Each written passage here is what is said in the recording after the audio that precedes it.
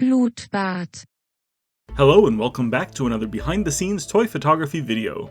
This week I'm going to show you how to use Photoshop's dodge and burn tools to adjust your lighting. I call this shot Tight Squeezy. With The Mandalorian and Grogu less than 2 months from release, I've been thinking about these characters a lot lately. One of the scenes in the trailers that I'm very curious about is this quick flash we get of Grogu navigating some dark tunnels with his Anzellan friends. I recently 3D printed this modular tunnel design, modeled by the one and only Landspeeder Luke, and I thought it would be funny to insert Din into the scene since he's so much larger than everyone else. These tunnels, which you can get from Landspeeder Luke's Patreon, are separated into multiple pieces, which makes it really easy to pose your action figures inside of them. There are even multiple versions of each model, and I printed a couple with the open sides to make it easier for my lens to peek inside.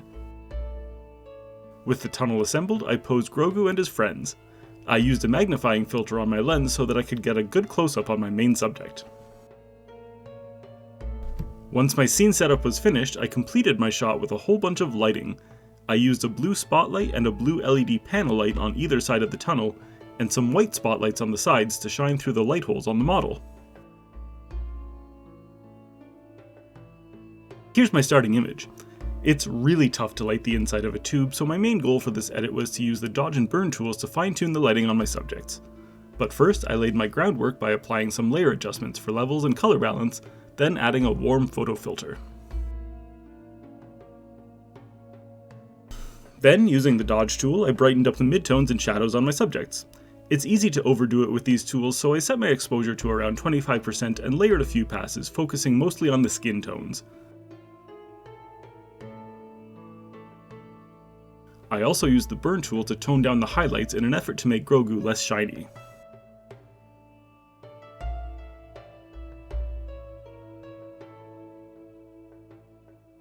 Finally, I added a vignette, adjusted the color balance, and used the healing brush tool to remove a few blemishes.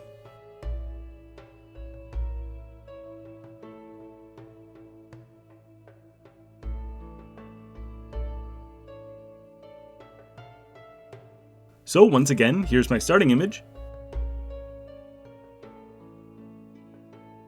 And here's where I ended up.